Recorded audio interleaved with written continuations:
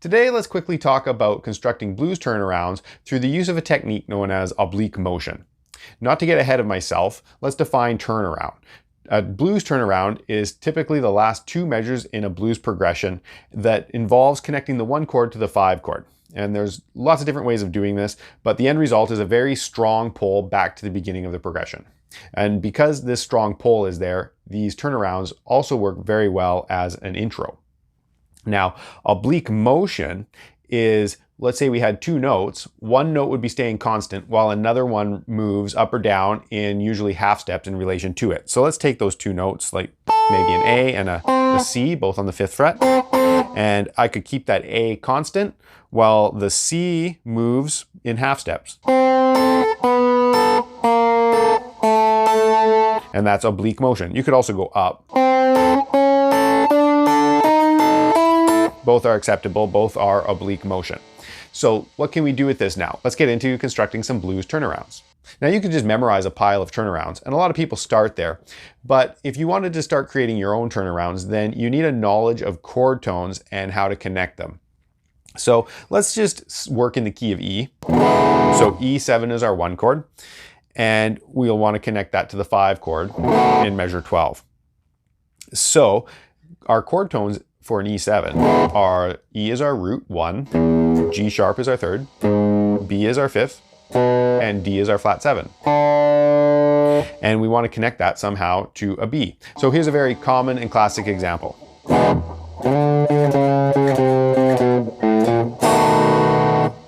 Okay, now what did I do? To create that turnaround, we just had a walk down chromatically, and I started on a D, a flat 7. So this is the first thing you want to add to your vocabulary. A very common technique is to start on the 7th of the E7 and walk down chromatically into the 5th, which is also the root of our 5 chord. So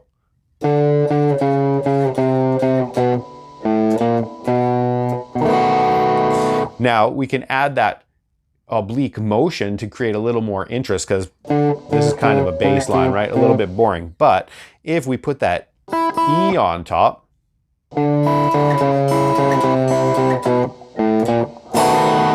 that adds a little bit more interest.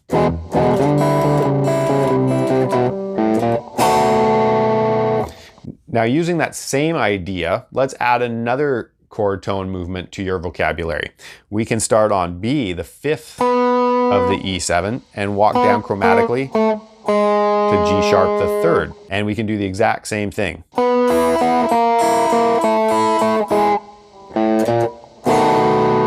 Okay, and what's cool is that we actually have a D up here as well, just like we had down here. We have a D an octave higher. So you can move both of these lines at the same time. D down to the 5th B, or B to G sharp.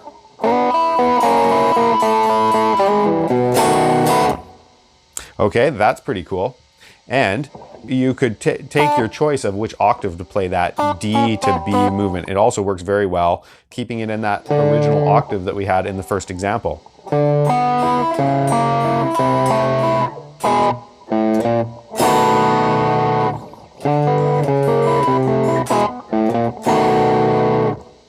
One more really cool thing that we can do is combine a contrary motion line with that oblique motion idea that we had. So we could move our 7th down to the 5th, while at the same time we move our 3rd up to the 5th. So we'd have this one line moving down at the same time the other one's moving up.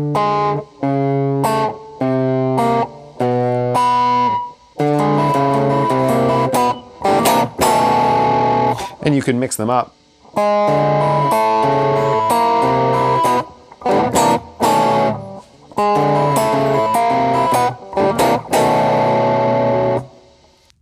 Now that you know how these kinds of turnarounds are created, the next step is to start moving them around the fretboard and work them out in different positions.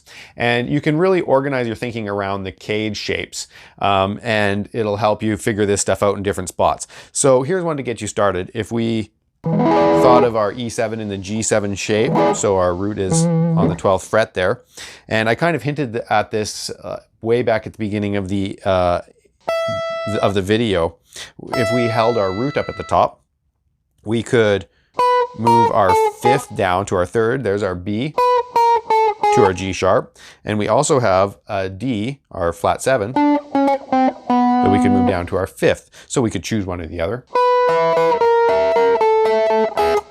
Or this one.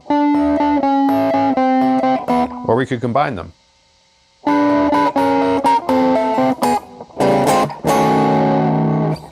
After you've worked these ideas out in several different spots in a single key, then start transposing.